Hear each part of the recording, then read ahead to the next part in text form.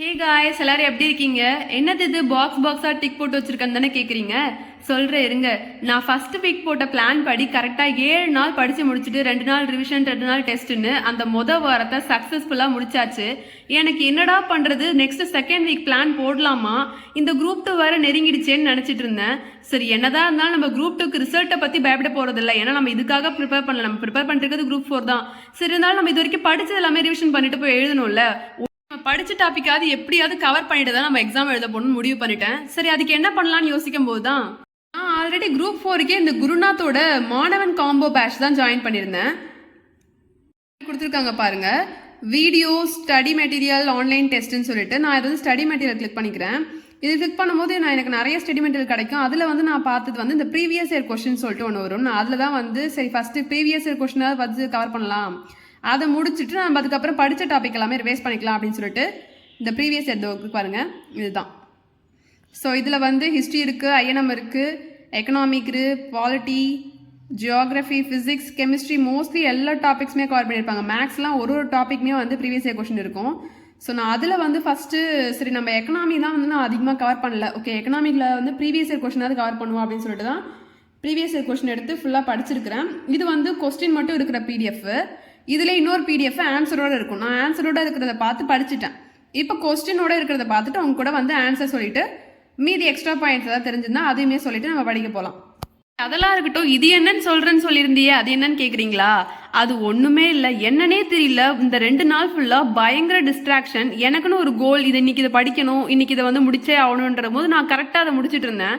ஒரு 2 நாள் யோசிச்சு அப்படி இப்படின்னு கேப் விட்டதுலேயே நான் பயங்கரமாக டிஸ்ட்ராக்ட் ஆக ஆரம்பிச்சிட்டேன்.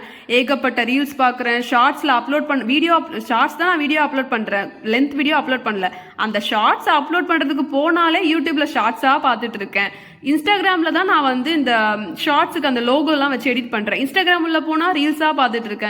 ஐயோ, இந்த மாதிரி படித்தா இந்த பிடிஎஃப் எப்போ முடிக்கிறது, இன்னும் எக்கச்சக்கமாக இருக்கேன்னு சொல்லிட்டு எப்படியாவது நம்மளை வந்து ஸ்டேபிளாக உட்காந்து படிக்க வச்சிடணும் அப்படின்னு சொல்லிட்டு மொத்தம் இந்த பிடிஎஃப்ல 205 கொஸ்டினா. நான் இந்த பிளானை போட்டது என்னமோ 20ஆம் தேதி, அதுக்குள்ளே அவ்வளோ டிஸ்ட்ராக்ஷன். சரி 1 2 3ன்னு பாக்ஸை போடுவோம் அப்படின்னு சொல்லிட்டு 205 கொஸ்டின், ஒரு பாக்ஸுக்கு 10 கொஸ்டின், ஒரு 10 கொஸ்டினே முடிச்சுட்டு இந்த பாக்ஸில் டிக் பண்ணிகிட்டே இருந்தேன். இதுக்கே நான் பயங்கரமாக டிஸ்ட்ராக்ட் ஆகிட்டு இருந்தேன். பட் இது ஓகே, ஓரளவுக்கு எனக்கு வந்து கொஞ்சம் ஹெல்ப்ஃபுல்லாக இருந்தது. இந்த மெத்தட் உங்களுக்குமே யூஸ் ஆச்சுன்னா நீங்களுமே யூஸ் பண்ணிக்கோங்க. ஒரு கொஸ்டினுக்கு ஒரு 10 கொஸ்டினுக்கு ஒரு பாக்ஸ் முடிச்சுட்டு டிக் பண்ணிட்டு இருந்தேன். ஒரு வழியாக முடிச்சுட்டேன். சரி, அதை வந்து நான் உங்களுக்கு கூடயே வந்து படிக்கலாம், இது வந்து ப்ரீவியஸ் இயர் கொஸ்டின் உங்களுக்கும் யூஸ் ஆகும்னு சொல்லிட்டு தான் இது ஒரு வீடியோவாக எடுக்கிறேன். எனக்கு ஃபஸ்ட்டு இந்த மாதிரி ஃபுல் கொஸ்டின் வந்து ரிவைஸ் பண்ணுறதா ஐடியாவே இல்லை. நான் எங்கள் வீட்டில் என்ன சொல்லியிருந்தேன்னா, இந்த ஒரு பிடிஎஃப் படிக்கிறேன், நான் இதில் வந்து 205 கொஸ்டின் இருக்குது, நான் இதை முடிச்சிடுறேன், எனக்கு இது வந்து யாராவது இதுலேருந்து கொஸ்டின் கேளுங்க, நான் ஆன்சர் பண்ணுறேன், அந்தமாரி நான் வந்து ரீகால் பண்ணிக்கிறேன் அப்படின்னு தான் ஐடியாவில் இருந்தேன். பட் இது உங்களுக்குமே யூஸ் ஆகுமேன்னு சொல்லிட்டு தான் நான் வந்து இது ஒரு வீடியோவே பண்ணலான்னு சொல்லிட்டு ஒன்றுமே கொஸ்டின் மட்டும் இருக்குது, நம்ம ஆன்சர் சொல்லிக்கிட்டு நம்ம தெரிஞ்சால் ஏதாவது எக்ஸ்ப்ளனேஷன் பண்ணிக்கலாம் அப்படின்னு சொல்லிட்டு நான் இந்த வீடியோவை எடுக்கிறேன். இப்போ நான் இந்த பிடிஎஃப் ஃபுல்லாக அவங்க கூட மறுபடியும் படிக்க போகிறேன் இல்லையா. சரி, இப்போ என்ன பண்ணலான்னு யோசிக்கும் போது இந்த ஒரு 10 கொஸ்டினையும் முடிச்சுட்டு இந்த பாக்ஸில் நான் ஃபஸ்ட்டு வந்து ரெட் கலரில் டிக் பண்ணியிருக்கேன்.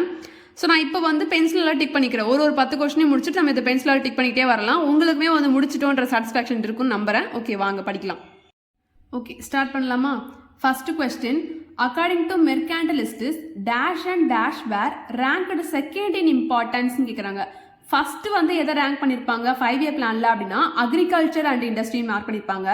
அண்ட் செகண்ட் வந்து ரேங்க் பண்ணது இண்டஸ்ட்ரி அண்ட் மேனுஃபேக்சர். இதுதான் ranked second in importance. Second question, to check inflation central bank dash the cash reserve ratio.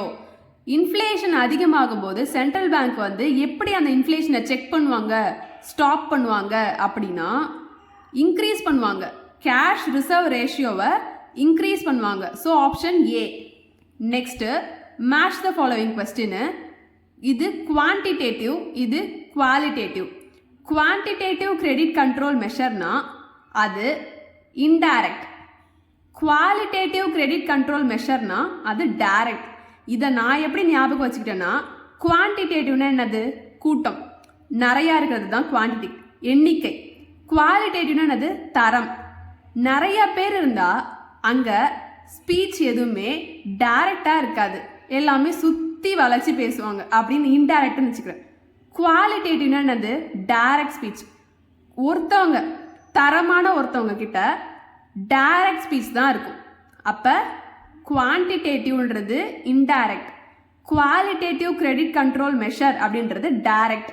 Next to control inflation, நம்ம ஃபஸ்ட்டே பார்த்த மாதிரி பேங்க் ரேட்டை இன்ஃப்ளேஷன் கண்ட்ரோல் பண்ணுன்னா இன்க்ரீஸ் பண்ணுவாங்க. டு கண்ட்ரோல் டீஃப்ளேஷன், டீஃப்ளேஷனை கண்ட்ரோல் பண்ணுன்னா பேங்க் ரேட்டை டிக்ரீஸ் பண்ணுவாங்க. ஓகேவா? நெக்ஸ்ட்டு கொஸ்டின் ஃபோர் என்னன்னு பார்த்தோன்னா பேசிக் குட்ஸ்னா என்ன, கேபிட்டல் குட்ஸ்னா என்ன, கன்சியூமர் குட்ஸ்னா என்ன, இன்டர்மீடியட் குட்ஸ்னா என்ன. இது நம்ம ஜென்ரலாக யோசிச்சாலும் நமக்கு ஆன்சர் கிடச்சிரும். பேசிக் குட்ஸ்னா என்னது? ஒரு வீடு கட்டுறோம், பேசிக்காக என்ன தேவைப்படும்? சிமெண்ட். கேபிட்டல் குட்ஸ், ஒரு இண்டஸ்ட்ரி இருக்குது, அந்த இண்டஸ்ட்ரியோட கேபிட்டல் குட் என்னது? மிஷின். கன்சியூமர் குட்ஸ், நம்ம ஒரு கார் வாங்குகிறோம், அது ஒரு கன்சியூமர் தானே, நம்ம கன்சியூமர் குட்ஸ். இன்டர்மீடியட் குட்ஸ், இப்போ ஒரு ஒர்க் பண்ணுறோம், அதுக்கு ஒரு பொருள் தேவைப்படுது, அந்த தேவைப்படுற பொருள் பேர் தான் இன்டர்மீடியட் குட்ஸ். அது என்னது இங்கே? பிளேவுட். ஓகேவா? கொஸ்டின் 5 போயிடலாம். Okay. By whom defined every branch of knowledge has its fundamental discovery in missions. It is the wheel. In science, fire. In politics, the vote. Similarly, in economics, in the whole commercial side of man's social existence, money is essential invention on which all the rest is based. இதை நான் தமிழ்லையுமே படித்து காட்டுறேன். அனைத்து பாடப்பிரிவிலும் ஒரு கண்டுபிடிப்பு உண்டு. எந்திரவியலில் சக்கரமும், அறிவியலில் தீயும், அரசியலில் வாக்குச்சீட்டும் இருப்பது போல பொருளியலில் மனித சமுதாய வாழ்க்கையில் வாணிகத்தில் பணம் ஒரு முக்கிய கண்டுபிடிப்பாகும். மற்றவைகள் அனைத்தும் அதை சார்ந்தே உள்ளது என கூறியவர் யாருன்னு தான் கேட்குறாங்க. இதை சொன்னது யாருன்னா க்ரோத்தர் அப்படின்னா அவங்க தான் சொல்லியிருப்பாங்க. Next 6th question. In which year Nutrition Export Committee of ICMR prescribed calorie requirement of IRM and IRW? ICMR என்னது? Indian council of medical research. அதில் இருக்கிற ஒரு கமிட்டி தான் இந்த நியூட்ரிஷன் எக்ஸ்போர்ட் கமிட்டி. இவங்க எந்த வருஷத்தில் இந்த ரிப்போர்ட்டை வந்து இந்த ரெக்குவயர்மெண்ட்டை வந்து ப்ரிஸ்கிரைப் பண்ணுறாங்க அப்படின்றத இங்கே கொஸ்டின். எந்த வருஷத்தில் அப்படின்னா ஓகே 1968 இந்த வருஷத்தில் தான் அவங்க ப்ரிஸ்கிரைப் பண்ணியிருப்பாங்க. நான் இதை எப்படி ஞாபகம் வச்சுக்கிறேன்னா, சாயங்காலம் 6லேருந்து 8 மணிக்குள்ளே சாப்பிட்டாதான் நமக்கு ரொம்ப வந்து நல்லது நியூட்ரிஷன் அப்படின்னு ஞாபகம் வச்சுக்கிட்டேன். இதுவுமே உங்களுக்கு நல்ல ட்ரிக்கு, யூஸ் பண்ணிக்கோங்க. 1968 தான் நியூட்ரிஷன் எக்ஸ்போர்ட் கமிட்டி வந்து நமக்கு IRM அண்ட் IRW வந்து கலோரி ரெக்குவயர்மெண்ட் கொடுத்துருந்தாங்க. ஓகே, நெக்ஸ்ட் கொஸ்டின் போயிடலாமா? கொஸ்டின் 7 என்னன்னா, what is not correct statement? Gender Related Development Index GDI, Gender Related Development Index, adjusts the Human Development Index HDI, Human Development Index, to reflect measure of inequalities between men and women. GDI என்றது Gender Related Development Index, HDI என்றது Human Development Index. இது வந்து இதை adjust பண்ணுது. எதுக்காக? இந்த men and உமனுக்கு நடுவில் இருக்கிற இன்இக்வாலிட்டிஸை நம்ம மெஷர் பண்ணுறதுக்காக. இதில் எது வந்து நாட் கரெக்டுன்னு கேட்டிருக்காங்க. இந்த மாதிரி மெஷர் பண்ணும்போது ஃபீமேல் ஸ்டேட்டஸ் இந்த சொசைட்டிலாம் வந்து மெஷர் பண்ண மாட்டாங்க. ஸ்டேட்டஸை பற்றி அவங்க கம்பேர் பண்ண மாட்டாங்க. அவங்க கம்பேர் பண்ணுற விஷயம் எல்லாமே ஃபீமேலோட பர் கேபிட்டா இன்கம் எப்படி இருக்குது, ஃபீமேலோட அடல்ட் லிட்ரஸி எப்படி இருக்குது, ஃபீமேலோட லைஃப் எக்ஸ்பெக்டன்சி எப்படி இருக்குது அப்படின்னு தான் பார்ப்பாங்க. லைஃப் எக்ஸ்பெக்டன்சி என்ன கொடுத்துருக்காங்க? இது வந்து பெண்ணின் எதிர்பார்க்கப்பட்ட வாழ்வு காலம். லைஃப் ஃபீமேல் அடல்ட் லிட்ரஸினா என்னது? பெண்ணின் வயது வந்த கல்வி நிலை. லிட்ரஸினா கல்வி நிலை. அப்புறம் பெண்ணின் தலா வருமானம், அதுதான் female per capita income. So இது ஒன்று மட்டும் நம்ம இன்இக்வாலிட்டி மெஷர் பண்ணும்போது இதை எடுத்துக்க மாட்டாங்க, ஸ்டேட்டஸ் எல்லாம் பார்க்க மாட்டாங்க. ஸோ நெக்ஸ்ட் வந்து பார்த்தோம்னா question number 8. Planning requires a strong, competent, incorrupt administration அப்படின்னு சொன்னது யாருன்னா ஆர்தர் லூயிஸ் தான். என்னதுன்னா, திட்டமிடுதலுக்கு ஒரு வலிமை மிக்க ஸ்ட்ராங், காம்பிட்டன்ட் தகுதி, இன்கரப்ட் அட்மினிஸ்ட்ரேஷன் வாய்ந்த மற்றும் ஊழலற்ற ஆட்சி, இன்கரப்ட் ஊழலற்ற ஆட்சி செய்தல் அத்தியாவசியமானது அப்படின்னு சொன்னது யாருன்னா Arthur Lewis. Next 10th 5-year plan. அது வந்து எந்த வருஷன்றதும் கேட்பாங்க. 2002லேருந்து 2007 வரைக்கும் தான் 10th 5-year பிளானு. அந்த 10th 5-year பிளானில் எதை ப்ரியாரிட்டி பண்ணாங்க அப்படின்றது தான் எங்கள் கொஸ்டின். 10th 5-year பிளானில் பாவர்ட்டியையும் பாப்புலேஷனையும் ரிடக்ஷன் தான் அவங்களோட எய்மாக இருந்தது. Reduction of poverty and population growth தான் வந்து 10th 5-year பிளானோட மோட்டிவ். நெக்ஸ்ட் வந்து பார்த்தோம்னா 10th question. The decision to start IMF was taken at எந்த இடத்துல இந்த ஐஎம்எஃப்னா என்னது? International monetary fund. இந்த IMF ஸ்டார்ட் பண்ணலான்ற ஒரு டெசிஷனை எந்த இடத்துல எடுத்தாங்க அப்படின்றது தான் எங்கள் கொஸ்டின். இந்த பிரிட்டன் வுட்ஸ் கான்ஃபரன்ஸ் ஒன்று நடந்திருக்கும். அந்த கான்ஃபரன்ஸ் நடந்த இடத்துல தான் இந்த இன்டர்நேஷ்னல் மானிட்டரி ஃபண்டை ஸ்டார்ட் பண்ணலான்னு ஒரு டெசிஷன் எடுத்திருப்பாங்க. ஓகேவா? நம்ம 10 கொஸ்டின் முடிச்சிட்டோமா? அந்த இடத்துல ஒரு டிக் பண்ணிடலாமா? ஓகே, இதில் ஒரு டிக் பண்ணிடலாம். முடிஞ்சுதா? நெக்ஸ்ட்டு ரொம்ப நிறையா இருக்குலாம் பயப்பட வேணாம். டைம் எடுத்து படித்தோன்னா இதில் இருக்கிற கொஸ்டின் கேட்கலனாலும் இதை தாண்டி வேறு கொஸ்டின் கேட்டால் நம்ம இந்த கொஸ்டின் படிச்சிருக்கோமே, இது வேறு கொஸ்டினுக்கான ஆன்சர் ஆச்சே அப்படின்னு ஆப்ஷன் எலிமினேஷன் மெத்தட்லேயாவது நமக்கு ஆன்சர் பண்ண தெரியும். ஸோ நிதானமாக படிங்க, ஸ்கிப் பண்ண வேணாம். ஓகே, நெக்ஸ்ட் 11th கொஸ்டின் போயிடலாம். The first human development report was published in 1990 by UNDP under the guidance of dash an eminent economist. UNDP என்னது? Union national development programme. இந்த ப்ரோக்ராம் வழியாக தான் இந்த ஹியூமன் டெவலப்மெண்ட் ரிப்போர்ட்டுன்றதே வந்து நடத்திருக்காங்க. அதோட பப்ளிஷ் வந்து 1919 பண்ணியிருக்காங்க. அது எந்த எக்கனாமிஸ்டோட கைடன்ஸால அப்படின்னு பார்த்தோன்னா இந்த முஹாஹப் உல் ஹக். இருக்கிறதுலேயே வித்தியாசமான பேர் இதுதான். இந்த முஹாஹப் உல் ஹக் இந்த எக்கனாமிஸ்டோட கைடன்ஸால தான் யுனைடெட் நேஷனல் டெவலப்மெண்ட் ப்ரோக்ராம் இந்த ஹியூமன் டெவலப்மெண்ட் ரிப்போர்ட்டை வந்து பப்ளிஷ் பண்ணியிருப்பாங்க. எந்த இயர்ன்றதையும் கவனிக்கோங்க, 1990. ஓகேவா? ஓகே, இதுக்கு வந்து முஹாஹப் உல் ஹக். நெக்ஸ்ட் கொஸ்டின் போயிடலாமா? The Indian Telephone Industries Limited, the first public sector undertaking in the country, was incorporated in. நம்ம இந்தியாவிலே பப்ளிக் செக்டாராக அண்டர்டேக் பண்ண வந்து ஒரு இன்கார்பரேட்டடான ஒரு இண்டஸ்ட்ரி எது அப்படின்னா இந்த இந்தியன் டெலிஃபோன் இண்டஸ்ட்ரி. இதுதான். அதை எந்த வருஷத்தில் பப்ளிக் செக்டாராக அண்டர்டேக்கிங் பண்ணியிருப்பாங்க அப்படின்றது தான் இங்கே கேள்வி. எந்த வருஷம் அப்படின்னா கரெக்டாக 1950 அண்டர்டேக் பண்ணியிருப்பாங்க. ஸோ பாலிட்டி படித்த எல்லாருக்குமே தெரியும் 1950னா என்னது. 1950 தான் நம்ம வந்து கான்ஸ்டியூஷன் எனாக்ட் ஆகிருக்கும். அடாப்ட் பண்ணது 1949 இருக்கும். எனாக்ட் ஆனது 1950. எனாக்ட்னா அது துவங்குறது. ஓகேவா? Next, which of the following is incorrect. இதில் ஜிடிபி அட் மார்க்கெட் ப்ரைஸ் இது வந்து ஒரு கிட்டத்தட்ட ஒரு நல்லா இருக்கும், ஒரு மாதிரி மைனஸு ப்ளஸ் அப்படின்னு. GDP at market price. இப்போ ஒரு ஜிடிபினா ஃபர்ஸ்ட் என்ன சொல்லிடுறேன். ஜிடிபின்றது கிராஸ் டொமஸ்டிக் ப்ராடக்ட். மார்க்கெட் ப்ரைஸில் கிராஸ் டொமஸ்டிக் ப்ராடக்டோட வேல்யூக்கு ஈக்குவல் என்னன்னா gross domestic product at factor cost. இப்போ ஒரு பொருள் மார்க்கெட்டுக்கு வருதுன்னா ஃபஸ்ட்டு அது ஃபேக்டார்லேயே ஒரு காஸ்ட்டாக இருக்கும். அது கூட எது ஆட் ஆகுது? நிறையா இன்டைரக்ட் டேக்ஸ் ஆட் ஆகுதா? நெட் இன்டைரக்ட் டேக்ஸஸ் அது ஆட் ஆகினா தான் நமக்கு இந்த மார்க்கெட் ப்ரைஸ் கிடைக்கும். ஸோ இது கரெக்ட் தான். Next NNP. என்என்பி என்னது? நெட் நேஷ்னல் ப்ராடக்ட் அட் இங்கே என்ன சொல்லியிருக்காங்க? ஃபேக்டார் காஸ்ட் சொல்லியிருக்காங்க. நமக்கு ஃபேக்டார் காஸ்ட் வேணும்னா மார்க்கெட் ப்ரைஸ்லேருந்து இந்த இன்டைரக்ட் டாக்ஸஸ் எல்லாம் மைனஸ் பண்ணிட்டா மறுபடியும் ஃபேக்டார் காஸ்ட் கரைச்சிடும்ல. அப்போ இதுவும் correct. NNP at factor cost is equal to NNP at market price minus net indirect taxes. Next GNP at market price. GNP என்னது? Gross national product. இப்போ gross national product அதுவும் market ப்ரைஸில் நமக்கு தெரியணும்னா என்ன பண்ணணும்? இந்த ஜிடிபி பார்த்தோம்ல, ஜிடிபியோட மார்க்கெட் ப்ரைஸ் எடுத்துக்கணும். அது கூட எதை ப்ளஸ் பண்ணணும் அப்படின்னா net factor income from abroad. அதை ப்ளஸ் பண்ணிட்டோம்னா நமக்கு கிராஸ் நேஷ்னல் ப்ராடக்டோட மார்க்கெட் ப்ரைஸ் கிடச்சிடும். So none of the above. இது மூணுமே கரெக்டு தான். ஓகேவா? நெக்ஸ்ட் கொஸ்டின் போகலாமா? Next, mass poverty in developing countries is due to. Developed கிடையாது, டெவலப்பிங் கண்ட்ரீஸில் அதிகமான பாவர்ட்டி வரத்துக்கு, வறுமை வரத்துக்கு எது காரணமாக இருக்குது அப்படின்னா so all of the above தான் நினைக்கிறேன்.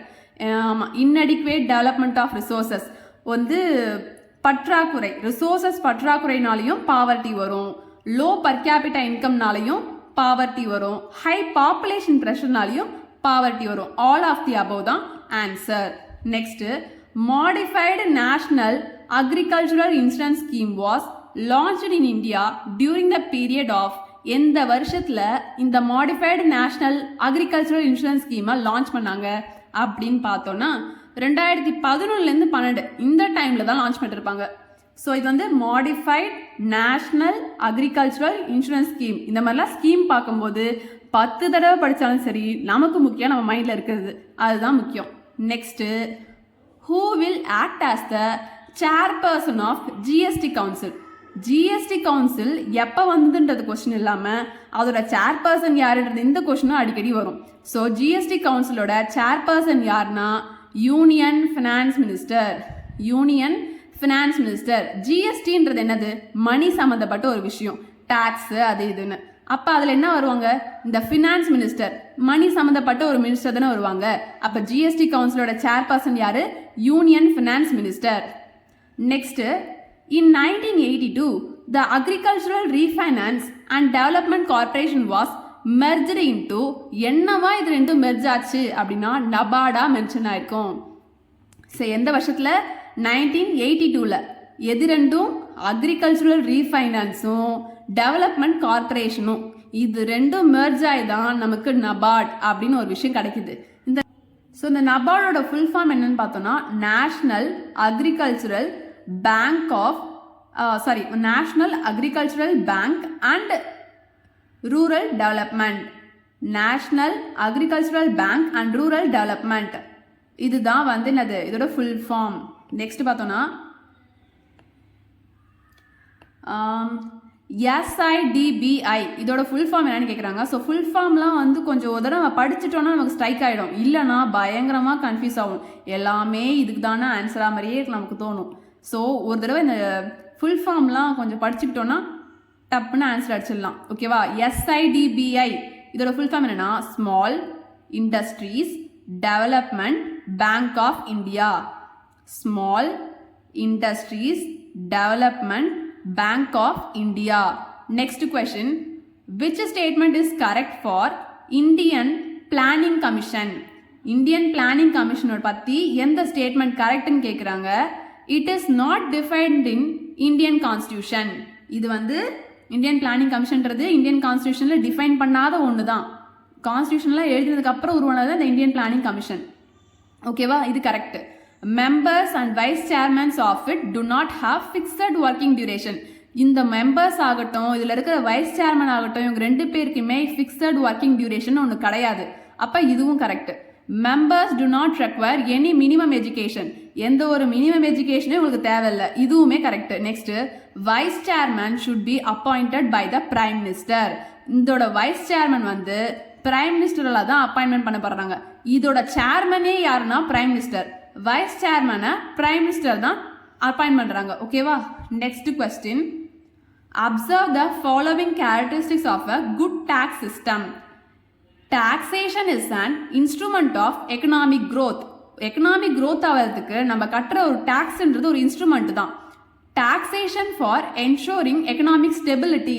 நம்மளோட எக்கனாமி ஏறவும் ஏறாமல் குறையவும் குறையாமல் ஒரு மாதிரி ஸ்டேபிளாக போகணும்னா நம்ம எல்லாருமே ஒழுங்காக டேக்ஸ் கட்டினாலே போதும். Taxation for ensuring economic stability. So வந்து இந்த போத் 1 and 2 ரெண்டுமே வந்து கரெக்ட் தான். ஓகேவா? 10 கொஸ்டின் முடிச்சிட்டோமா? டிக் பண்ணிடலாமா? ஓகே, டிக் பண்ணிடலாம். Okay, question number 21. Economics was on one side a study of wealth and on the other and more important side a part of the study of man. Who said these words? இந்த வேர்ட்ஸை யார் சொல்லியிருப்பானா Alfred marshal. அதாவது என்ன சொல்கிறாருன்னா எக்கனாமிக்ஸ்ன்றது வெல்த்தை பற்றியும் study பண்ணுது, ஒரு மேனை பற்றியும் study பண்ணுது, ரெண்டு சைடுமே ஸ்டடி பண்ணுது அப்படின்னு சொன்னவர் யாருன்னா இந்த ஆல்ஃப்ரெட் மார்ஷல். ஓகேவா? All history is a history of class struggle அப்படின்னு இதை யார் சொன்னது அப்படின்னா ஆர்தர் லூயிஸ். சாரி, இதை யார் சொல்லியிருப்பானா கார்ல் மார்க்ஸ். நான் என்ன இதுக்கு ஷார்ட்கட் வச்சுக்கிட்டேன்னா, நம்ம கால் பேசினா நமக்கு என்ன கிடைக்கும்? நெக்ஸ்ட்டு ஹிஸ்ட்ரி வருமா? என்னென்ன யார்கிட்ட கால் பேசணும் ஒரு ஹிஸ்ட்ரி வருமா? So all history is a history of class struggle அப்படின்னா கார்ல் மார்க்ஸ் இவர் தான் இதை சொல்லியிருப்பாரு. ஓகேவா? கொஞ்சம் இந்த மாதிரி கிறுக்குத்தனமாக ஏதாவது நம்ம ஐடியா வச்சுருந்தா தான் நமக்கு வந்து டப்புன்னு ஸ்ட்ரைக் ஆகும் எக்ஸாமில். நெக்ஸ்ட் வந்து low capital formation is one of the basic causes of poverty in underdeveloped countries. Who said these words? இந்த லோ கேபிட்டல் ஃபார்மேஷன், இந்த கேபிட்டல் ஃபார்மேஷன் இதை பற்றிலாம் எந்த ஒரு ஸ்டேட்மெண்ட் வந்தாலுமே அதை சொன்னது இந்த ராக்னர் நர்க்ஸி தான். ஓகேவா? லோ கேபிட்டல் ஃபார்மேஷன் அதுதான் வந்து டெவலப்டு கண்ட்ரீஸில் பாவர்ட்டி வர்றதுக்கு காரணமாக இருக்குன்னு சொல்லியிருக்காரு. Next 24. The population growth of India has been increased from 238.5 million in 1901.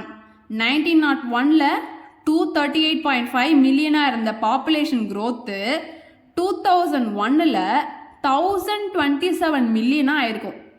1901ல் 238.5 million, 2001ல் 1027. ஓகேவா? 25. The 3 annual plans were implemented in India during the year. எந்த இயரில் இந்த 3 annual plan அப்படின்றத வந்து இன்ட்ரோடியூஸ் பண்ணியிருப்பாங்க அப்படின்னா 1966லேருந்து 69. இந்த காம்போ ஞாபகம் வச்சுக்கிறதுக்கு ரொம்பவே ஈஸி. 66, 69 இந்த 3 வருஷத்தில் தான் இந்த 3 annual plan வந்து இம்ப்ளிமெண்ட் பண்ணியிருப்பாங்க. ஓகேவா? Next, which country was the first to introduce GST? GSTன்றது என்னது? பணம். பணம்னா என்ன? ஃபைனான்ஸ். ஃபைனான்ஸில் எஃப் இருக்கா? So France. ஃப்ரான்ஸுன்ற கண்ட்ரியில் தான் ஃபர்ஸ்ட் டைம் ஜிஎஸ்டியை இன்ட்ரடியூஸ் பண்ணியிருக்காங்க. ஓகேவா? நெக்ஸ்ட்டு 27. Education is. எஜுகேஷன்றது என்னது? ஃபஸ்ட்டு நம்ம கற்றுக்கிறத வச்சு நம்ம ஏர்னிங்ஸ்க்கு ஒரு இன்வெஸ்ட்மெண்ட் பண்ணுறோம். அப்போ கன்சப்ஷன் அண்ட் இன்வெஸ்ட்மெண்ட். ஓகேவா? இதுதான் education. Education is first consumption, அப்புறம் இன்வெஸ்ட்மெண்ட். ஓகே, 28 கொஸ்டின் பார்க்கலாமா? The structured adjustment facility. Structured adjustment ஃபெசிலிட்டினா எஸ்ஏஎஃப். எஸ்ஏஎஃப்னா தான் structured adjustment facility of IBRD. ஐபிஆர்டினா என்ன? இந்த ஃபுல் ஃபார்ம் நல்லா நோட் பண்ணிக்கோங்க. International bank of reconstruction and development. International bank of reconstruction and development. இந்த அவங்களோட மெம்பர் கண்ட்ரீஸுக்கு இந்த ஸ்ட்ரக்சரல் அட்ஜஸ்ட்மெண்ட் ஃபெசிலிட்டி அப்படின்ற ஒரு விஷயத்தை இன்ட்ரோடியூஸ் பண்ணுறாங்க. அது எந்த வருஷம் அப்படின்னு பார்த்தோன்னா 1985ல் இன்ட்ரோடியூஸ் பண்ணுறாங்க. ஓகேவா? ஸோ வந்து ஸோ சாரி, வீட்டில் வந்து ஒரு குட்டி பாப்பா இருக்காங்க, அதனால கொஞ்சம் பேக்ரவுண்ட் நாய்ஸ்லாம் இருக்கும். ஸோ டிஸ்டர்பாக இருந்தால் ஐம் ஸோ சாரி. நெக்ஸ்ட் வந்து பார்த்தோன்னா all economic life involves planning. Who said these words? இந்த ஆல் எக்கனாமிக் லைஃப் இன்வால்வ்ஸ் பிளானிங்னா இதை யார் சொல்லியிருப்பானா? Lionel Robbins. லியோனல் ராபின்ஸ் அப்படின்றவங்க தான் எல்லா எக்கனாமிக் லைஃப்லேயும் பிளானிங் அப்படின்ற ஒரு விஷயம் இன்வால்வ் ஆகிருக்கும் அப்படின்னு சொல்லியிருக்காரு. ஓகேவா? Next, when did reserve bank of India commence its operation? First reserve bank of India அப்படின்ற ஆக்ட் எப்போ வந்திருக்குன்னா 1934ல் வந்திருக்கும். அதோட ஆப்ரேஷன்ஸை வந்து எப்போ செயல்பட தொடங்குச்சு அப்படின்னு பார்த்தோன்னா 1935ல் தான் செயல்பட தொடங்கியிருக்கு. ஓகே, அடுத்த 10 கொஸ்டின் முடிச்சாச்சு. ஓகே, டிக் பண்ணிடலாம். நெக்ஸ்ட் பார்த்தோன்னா 31st question. To define poverty line India. இந்தியாவில் பாவர்ட்டி லைனை கண்டுபிடிக்கிறதுக்காக 7th ஃபினான்ஸ் கமிஷன் வந்து ஒரு கான்செப்டை யூஸ் பண்ணியிருப்பாங்க. அந்த கான்செப்டுக்கு பேர் என்ன அப்படின்னு தான் இங்கே கொஸ்டின். அந்த கான்செப்டுக்கு என்ன பேர்னா தி ஆக்மெண்டட் பாவர்ட்டி லைன். இதுதான் அந்த கான்செப்டோட நேம். இந்த கான்செப்டை யூஸ் பண்ணி தான் நம்ம இந்தியாவோட பாவர்ட்டி லைனை டிஃபைன் பண்ணுறாங்க. யாருன்னா இந்த 7th ஃபினான்ஸ் கமிஷனில் இருக்கிற members. Next, many workers in urban areas suffer from. எந்த மாதிரி ஒரு எம்ப்ளாய்மெண்ட்னால அர்பன் ஏரியாஸில் இருக்கவங்க நிறைய பேர் வந்து சஃபர் ஆகுறாங்க அப்படின்னா இந்த சப் எம்ப்ளாய்மெண்ட். சப் எம்ப்ளாய்மெண்ட்னா உப வேலை வாய்ப்பு. ஓகேவா? Next, in 2002 to 2003 the contribution of agriculture to national income was %. 2002லேருந்து 2003 வரைக்கும் ஒட்டுமொத்த நேஷ்னல் இன்கமில் நம்ம அக்ரிகல்ச்சரோட கான்ட்ரிபியூஷன் மட்டுமே 25% இருக்குது. ஸோ நான் இப்போ வந்து சர்ச் பண்ணி பார்த்தேன். ஸோ 2024ல் வந்து அதுலேருந்து 2025 வரைக்கும் இந்த கான்ட்ரிபியூஷன் வந்து எவ்வளோன்னு பார்க்கும்போது ஒரு 17 to 18% அப்படின்னு சொல்லியிருந்தாங்க. Next, paying income tax signifies. நம்ம இன்கம் டேக்ஸ் பே பண்ணுறது எதை சிக்னிஃபைஸ் பண்ணுதுன்னா ரேஷனல் லீகல் அத்தாரிட்டி. அப்படின்னா பகுத்தறிவு சட்ட ஆளுமை அதுதான் நம்ம இன்கம் டேக்ஸை பே பண்ணுறது சிக்னிஃபைஸ் பண்ணுறது. சிக்னிஃபைஸ்னா என்னது? குறிக்கிறது. ஓகேவா? Next, which year has a special significance in Indian economy? Indian எக்கனாமிலே ஒரு முக்கியமான இயர் எது அப்படின்னு கேட்குறாங்க. that has brought about a significant changes in the economic policies. முக்கியமான சேஞ்சஸையும் அந்த இயரில் தான் கொண்டு வந்திருக்காங்க. அது எந்த இயர்னா நமக்கு நல்லாவே தெரியும், 1991. ஏன்னா இந்த வருஷத்துல தான் நியூ இண்டஸ்ட்ரியல் பாலிசி அப்படின்னு ஒரு விஷயம் கொண்டு வந்திருப்பாங்க. அந்த விஷயம் தான் நம்ம லிபரலைசேஷன் அப்படின்ட்டு படிச்சிருப்போம். ஓகேவா? நெக்ஸ்ட் 36th கொஸ்டின் பார்த்தோம்னா, in India plan holiday was implemented at after dash 5-year plan அப்படின்னா தேர்டு 5-year பிளான்க்கு அப்புறம் தான் இந்த பிளான் ஹாலிடே அப்படின்னு ஒன்று இன்ட்ரடியூஸ் பண்ணியிருப்பாங்க. இந்த பிளான் ஹாலிடேனா ஒன்றுமே இல்லை, இந்த 3 annual பிளான் அப்படின்றது இல்லை, 1966லேருந்து 69 அதுதான் இந்த பிளான் ஹாலிடே அப்படின்னு சொல்லுவாங்க. Next, the policy introduced by government of India in 1991.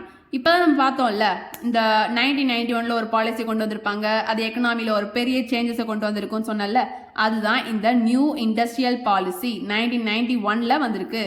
ஓகேவா? In 19th century population explosion occurred due to 19th centuryல பாப்புலேஷன் எக்ஸ்ப்ளோஷன் ஆச்சுன்னு சொல்கிறாங்க. அது எதனால் ஆச்சு அப்படின்னா, நம்ம வேக்சினேஷனையும் கண்டுபிடிச்சிட்டோம், ஆன்டிபாடிஸையும் கண்டுபிடிச்சிட்டோம். அதனால தான் பாப்புலேஷன் எக்ஸ்ப்ளோஷன் ஆச்சு 19th centuryல. ஓகேவா? 39th கொஸ்டின் என்னன்னா, இது வந்து matched type. Adam Smith, Alfred Marshall, JR Hicks and RGD Allen, EH Chamberlin. ஓகேவா? ஆடம் ஸ்மித் வந்து வெல்த், அதை பற்றி ஒரு டெஃபினேஷன் கொடுத்துருப்பாரு, வெல்த் டெஃபினேஷன். ஓகேவா? Adam Smith wealth definition. Next Alfred Marshall, welfare டெஃபினேஷனை பற்றி பேசியிருப்பாரு. Next JR Hicks and RGD Allen, இவர் வந்து இந்த இந்த JR Hicks and RGD Allen வந்து இன்டிஃபரன்ஸ் கர்வ் இதை பற்றி அவர் பேசியிருப்பார். நெக்ஸ்ட் இஹெச் சாம்பர்லின், இதை பற்றி இன்னும் வரப்போகிற கொஸ்டினில் கூட இவரை பற்றி வரும். இஹெச் சாம்பர்லின் இவர் வந்து என்னன்னா இந்த மோனோபாலிஸ்டிக் காம்படிஷன். ஓகேவா? நெக்ஸ்ட் வந்து 40th question, in which year the national population policy was introduced. So இந்த கொஸ்டின் உங்களுக்கு வந்து கிளியராக இருப்பீங்கன்னு நினைக்கிறேன். ஆடம் ஸ்மித்ன்றது வெல்த் டெஃபினேஷன், ஆல்ஃப்ரெட் மார்ஷல்ன்றது welfare definition, JR Hicks and RGD Allen வந்து இன்டிஃபரன்ஸ் கர்வ். 2 பேர் வரும்போது டிஃபரன்ஸ் இருக்கும், indifference curve. EH Chamberlin C Chamberlin competition, EH Chamberlin monopolistic competition. ஓகேவா? Next 40th question, in which year the national population policy was introduced. அதாவது new industrial பாலிசின்னு ஒன்று வந்துச்சுல்ல, அதே மாதிரி பாப்புலேஷனுக்குமே national population policy அப்படின்னு ஒன்று இன்ட்ரடியூஸ் பண்ணிருப்பாங்க. அது எந்த வருஷம் அப்படின்னா 2000 தான் நேஷனல் பாப்புலேஷன் பாலிசி அப்படின்றத இன்ட்ரடியூஸ் பண்ணியிருப்பாங்க. ஓகேவா? நம்ம 40 கொஸ்டின் முடிச்சிட்டோம். ஓகே போயிடலாம். ஓகே, டிக் பண்ணிக்கலாமா? Very good. Okay, question number 41 என்னன்னா, steel industry is popularly called as mother industry. இண்டஸ்ட்ரியிலே ஒரு மதர்னு சொல்லலாம் இந்த ஸ்டீல் இண்டஸ்ட்ரி. ஓகேவா? Next rearrange the stages of economic growth. economic growth ஓட stages தான் நம்மள அரேஞ்ச் பண்ண சொல்லிருக்காங்க. traditional society, transitional society, next take off stage, அப்புறம் mature stage, அப்புறம் the age of high mass consumption. ஓகேவா? ஃபர்ஸ்ட் ட்ரெடிஷன், அப்புறம் டிரான்சிஷன், அப்புறம் டேக் ஆஃப், அப்புறம் மெச்சூர், அப்புறம் ஹை மாஸ் கன்சப்ஷன். ஓகேவா? நெக்ஸ்ட் 43 கொஸ்டின் என்னன்னா, when was key attributes of effective resolution regimes of for financial institutions adapted by the FSB. FSB என்னது? Financial Stability Board. இந்த Financial Stability Boardஆல adapt பண்ணப்பட்ட ஒரு effective resolution தான் என்னன்னு கேட்குறாங்க. அது எந்த வருஷம் வந்து அடாப்ட் பண்ணப்பட்டுச்சு அப்படின்றது தான் எங்கள் கொஸ்டின்.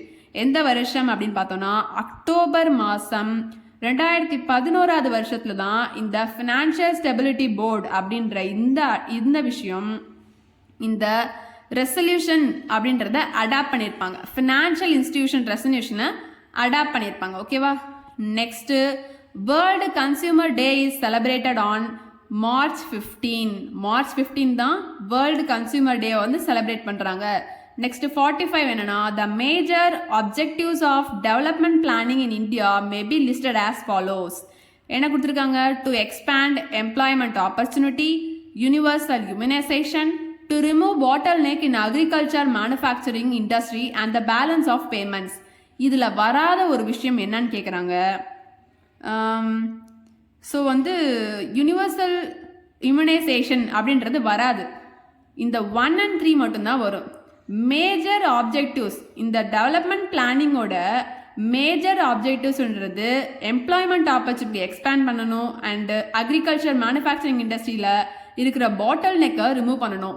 இந்த யூனிவர்சல் இம்யூனைசேஷன்றது ஹெல்த்தை பற்றியான கண்டென்ட், அது இங்கே வராது. அப்போ 1, 3 மட்டும்தான் இவங்களோட major objectives. So only 1 and 3 are correct. இதான் நமக்கு answer. India contributes -% of world sugar production. ஒட்டுமொத்த வேர்ல்டில் இந்தியா மட்டுமே 15% ஆஃப் சுகர் ப்ரொடக்ஷனை வந்து கான்ட்ரிபியூட் பண்ணுது. ஓகேவா? The process of industrialization is the essential prerequisite for இந்த இண்டஸ்ட்ரியலைசேஷன் ஆகிற அந்த ப்ராசஸ் வந்து எதுக்கு ரொம்ப முக்கியமானது அப்படின்னு கேட்குறாங்க. எதுக்கு? Achieving economic development. Okay, next question வந்து 48 போயிடலாம். The financial requirement of industries for the short term may be to meet dash requirement. Financial requirement of industries, ஒரு இண்டஸ்ட்ரீஸோட ஃபினான்ஷியல் ரெக்குவயர்மெண்ட் ஷார்ட் டேர்மில் எந்த ஒரு ரெக்குவயர்மெண்ட்டை மீட் பண்ணும் அப்படின்னா working capital. The financial requirement of industries for the short term may be to meet working capital requirement. Working கேபிட்டல்னா என்னன்னு சொல்கிறாங்க? நடைமுறை மூலதனம். Next match list 1 with and list 2. ஓகேவா? Progressive age structure, regressive age structure, intermediate age structure, Malthus theory. ஓகேவா? Progressive age ஸ்ட்ரக்சர்ன்றது இங்கே progressive age வந்து ப்ராக்ரெசிவ் ஆச்சுன்னா எக்கனாமியில் டிக்ளைனிங் ஆகும். ஏஜ் வந்து ரெக்ரெசிவ் ஆச்சுன்னா எக்கனாமியில் டெவலப்டு எக்கனாமி ஆகும். இன்டர்மீடியேட் ஏஜ் ஸ்ட்ரக்சர்னா டெவலப்பிங் எக்கனாமி ஆகும். மால்தஸ் தியரி வந்து பாப்புலேஷன் எக்ஸ்ப்ளோஷன் பற்றி தான் மால்தஸ் தியரி இருக்கும். ஓகேவா? So next question. ஓகே நம்ம 49, 50 முடிச்சிடலாம். The census of India organisation இது வந்து இந்தியா ஆர்கனைசேஷன் சென்சஸ் இருக்குல்ல, சென்சஸ்ன்றது சென்ட்ரல் கவர்மெண்ட் ஆர்கனைசேஷன் தான். ஓகேவா? அப்போ the census of India organisation is a central government organisation. ஓகேவா? 50 கொஸ்டின் முடிச்சாச்சு, டிக் பண்ணிடலாம். ஸோ சக்ஸஸ்ஃபுல்லி 50 கொஸ்டின் முடிச்சாச்சு. இன்னும் கொஞ்சம் தான் இருக்குது, முடிச்சிடலாம். ஓகே, ஸோ 51 என்னது? The per capita income of India is. இந்தியாவுக்குன்னு ஒரு பர் கேபிட்டா இன்கம் ஃபிக்ஸ் பண்ணியிருக்காங்க. அது என்னன்னா $950. $950 தான் இந்தியாவில் இருக்கிற பீப்புளோட இந்தியாவோட பர் கேபிட்டா இன்கம். ஓகேவா? Which improves the quality of labour. லேபரோட குவாலிட்டி இம்ப்ரூவ் பண்ணுறது எதுனா health. Next 53rd question. Prime minister Nehru as chairperson the national planning commission was established on. நான் தான் சொன்னேன்ல, நேஷ்னல் பிளானிங் கமிஷனோட சேர்பர்சன்றது பிரைம் மினிஸ்டர் தான். அந்த டைமில் பிரைம் மினிஸ்டர் யாருன்னா நேரு. ஸோ அவர் தான் சேர்பர்சனாக இருந்திருப்பார் இந்த நேஷ்னல் பிளானிங் கமிஷன் ஆரம்பித்த டைமில். எந்த டைமில் ஆரம்பித்தாங்கன்றது தான் இங்கே கேள்வி. என்னன்னா 1950 தான் ஆரம்பிச்சிருப்பாங்க. 1950 15th March 1950 ஆரம்பிச்சிருப்பாங்க. ஓகேவா? 1950 தான் கான்ஸ்டியூஷன் எனாக்ட் ஆயிருக்கும். அதே வருஷம் தான் நேஷனல் பிளானிங் கமிஷன் ஸ்டார்ட் ஆயிருக்கும். ஓகேவா? Who is called the changing agent of the society. ஒரு சொசைட்டியில் சேஞ்சிங் ஏஜென்ட் சொல்லப்படுறது யாருன்னா என்டர்பிரினர் தான், தொழில் முனைவோர் தான் சேஞ்சிங் ஏஜென்ட் ஆஃப் த சொசைட்டின்னு சொல்கிறாங்க. ஓகேவா? Investment in education is called human capital. இன்வெஸ்ட்மெண்ட்ன்றது நம்மளோட ஒரு மிஷின்லையோ ஒரு வேற ஒரு நான் லிவிங் திங்ஸில் கிடையாது. எஜுகேஷன்ன்றது நம்ம ஹியூமன் கேபிட்டலோட இன்வெஸ்ட்மெண்ட். அதனால investment in education is called human capital. Which is a free gift of nature. Business free கிஃப்டா? இல்லைல்ல. மணி, லேபர் இது எல்லாமே நம்ம தான் உருவாக்கணும், நம்ம தான் செயல்படுறோம். லேண்டு மட்டும்தான் ஃப்ரீ கிஃப்ட். ஓகேவா? Free gift of nature. 57. What was the trend growth rate of national income in the undivided India from 1901 to 1946? இங்க undivided Indiaன்னு மென்ஷன் பண்ணியிருக்காங்க பாருங்க. 1947ல நமக்கு இண்டிபெண்டன்ஸ் கிடைச்சதா? அதுக்கு முன்னாடியே இந்த டியூரேஷன் கொடுத்துருக்காங்க. 1901ல இருந்து 1946 வரைக்கும் மட்டுமே நேஷனல் இன்கம்ல ட்ரெண்ட் growth rate என்ன அப்படின்னு பார்த்தோம்னா 1.2% growth rate இருந்திருக்கும். 1901ல இருந்து 1946 வரைக்கும் growth rate எவ்வளோ இருக்கு? 1.2%. நெக்ஸ்ட், ரிசர்வ் பேங்க் ஆஃப் இந்தியா, ஆர்பிஐனா Reserve bank of India would scrutinize all transactions of bank loans. This post-transaction scheme is known as credit monitoring arrangement. Post transaction, அந்த லோனை டிரான்சாக்ஷன் பண்ணிடுறாங்க, அதுக்கப்புறம் ஒரு ப்ராசஸ் நடக்குதுல்ல, அதுக்கப்புறம் நடக்கிறது அந்த போஸ்ட் டிரான்சாக்ஷன் ஸ்கீம். அது என்னன்னு சொல்றாங்க?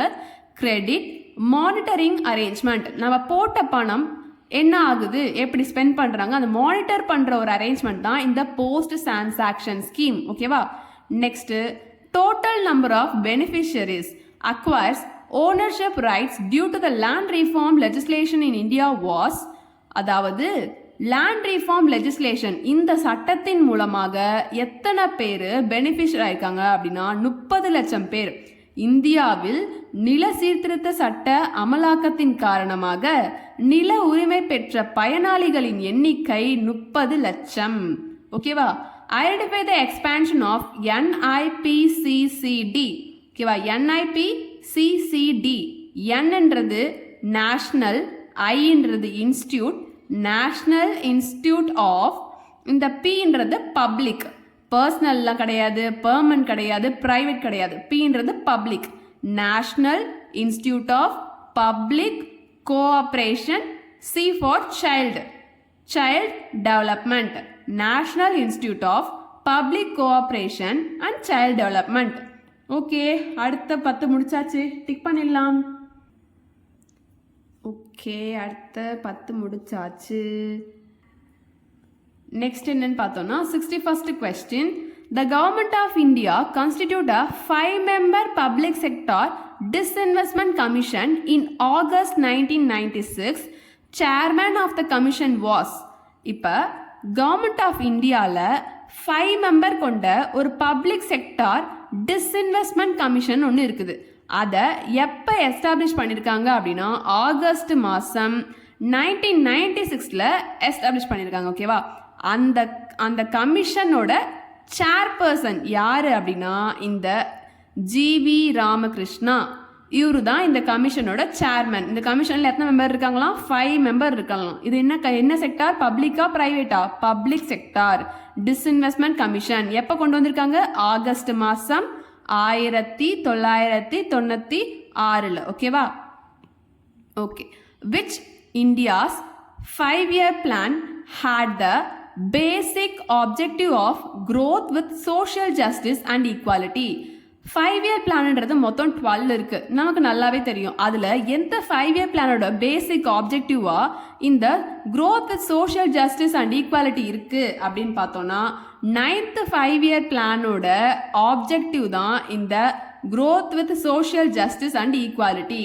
ஸோ 10th 5-year பிளானோட ஆப்ஜெக்டிவ் என்னன்னு நம்ம ஃபர்ஸ்டே பார்த்தோம். அது என்னதுன்னா எல்லாமே reduction of poverty and reduction of population. ஓகேவா?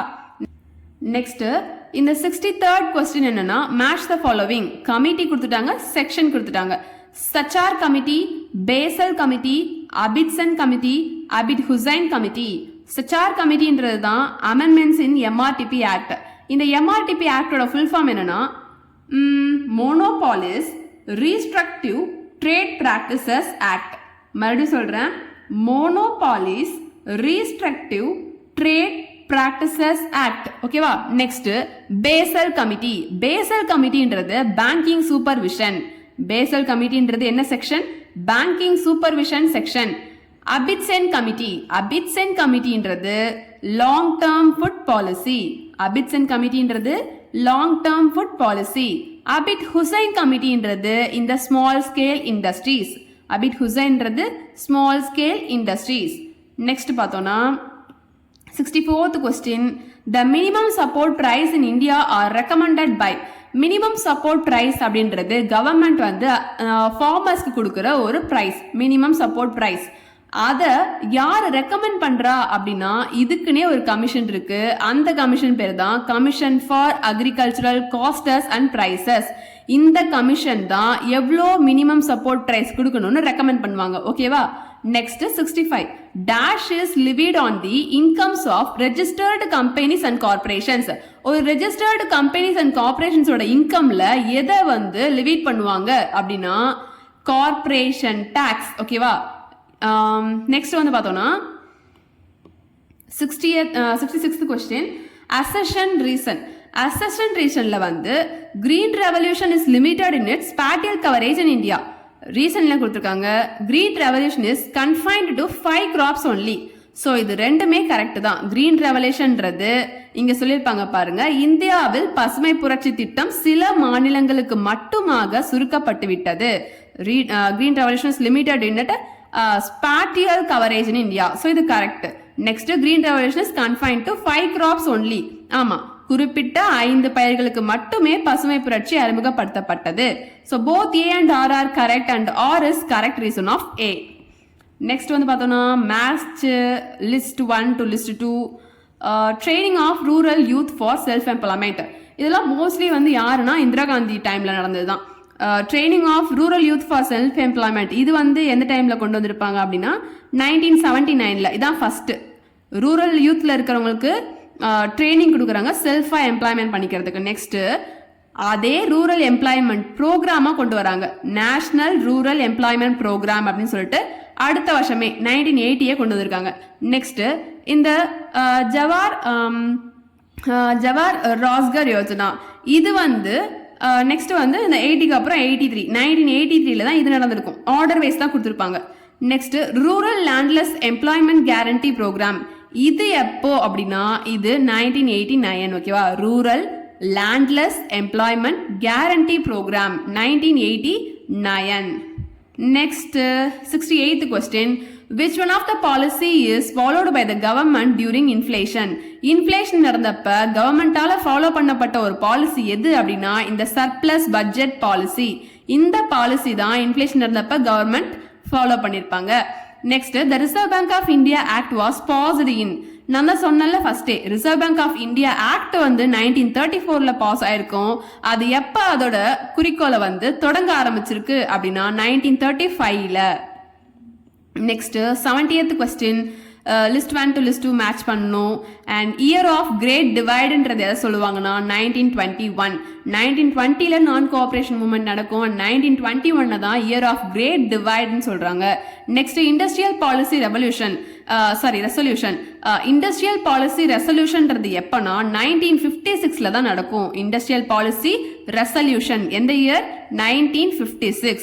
Next setting up of planning commission. இது நம்ம ஃபர்ஸ்டே பார்த்துட்டோம். பிளானிங் கமிஷன்ன்றது 1950ல வந்துச்சு. Next nationalisation of 14 commercial bank. 14 commercial பேங்கை நேஷனலைஸ் பண்ணிருப்பாங்கல்ல இந்திரா காந்தி, அது எந்த இயர் அப்படின்னு பார்த்தோம்னா 1969ல தான் கமர்ஷியல் பேங்கை நேஷனலைஸ் பண்ணிருப்பாங்க.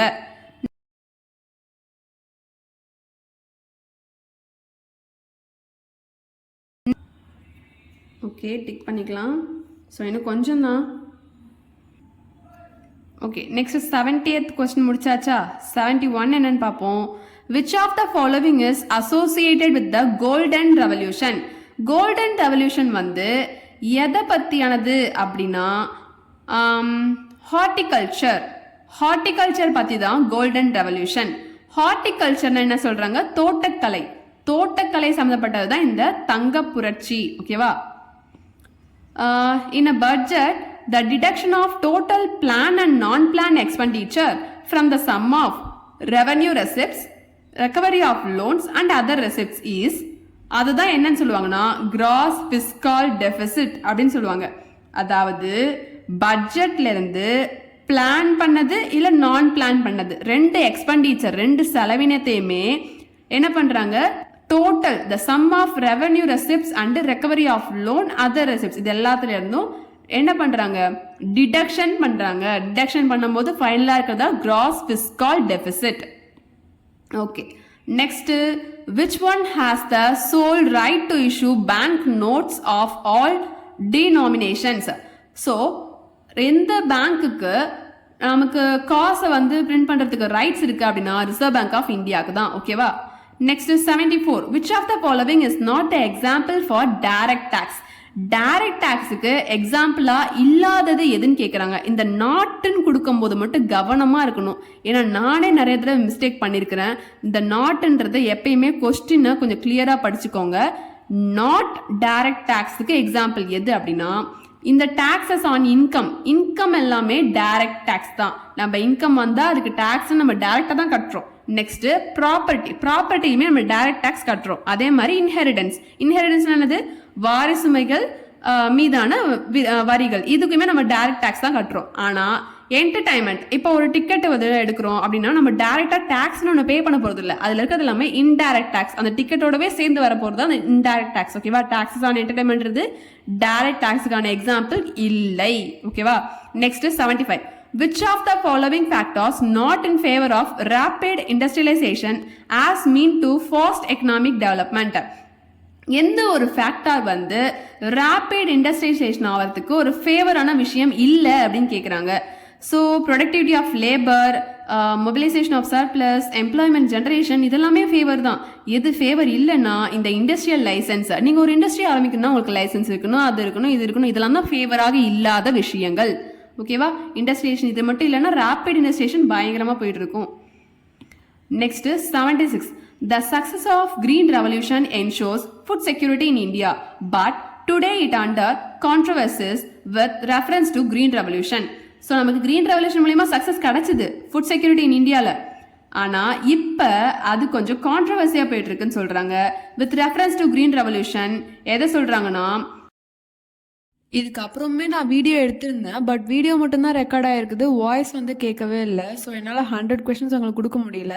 நான் ரிமைனிங் கொஷின்ஸ் எல்லாமே வந்து டெலகிராமில் பிடிஎஃபாக கொடுத்துட்றேன், நீங்கள் அதில் வந்து படிச்சுக்கலாம். அண்ட் நாளைக்கு வந்து வேறு ஒரு டாப்பிக்கில் உங்களுக்கு இந்த மாதிரி ஃபுல் டீட்டெயில் கொஷின்ஸோடு வரேன். So thank you so much. வீடியோக்கு சப்போர்ட் பண்ணுங்கள் அண்ட் தேங்க்யூ ஸோ மச்.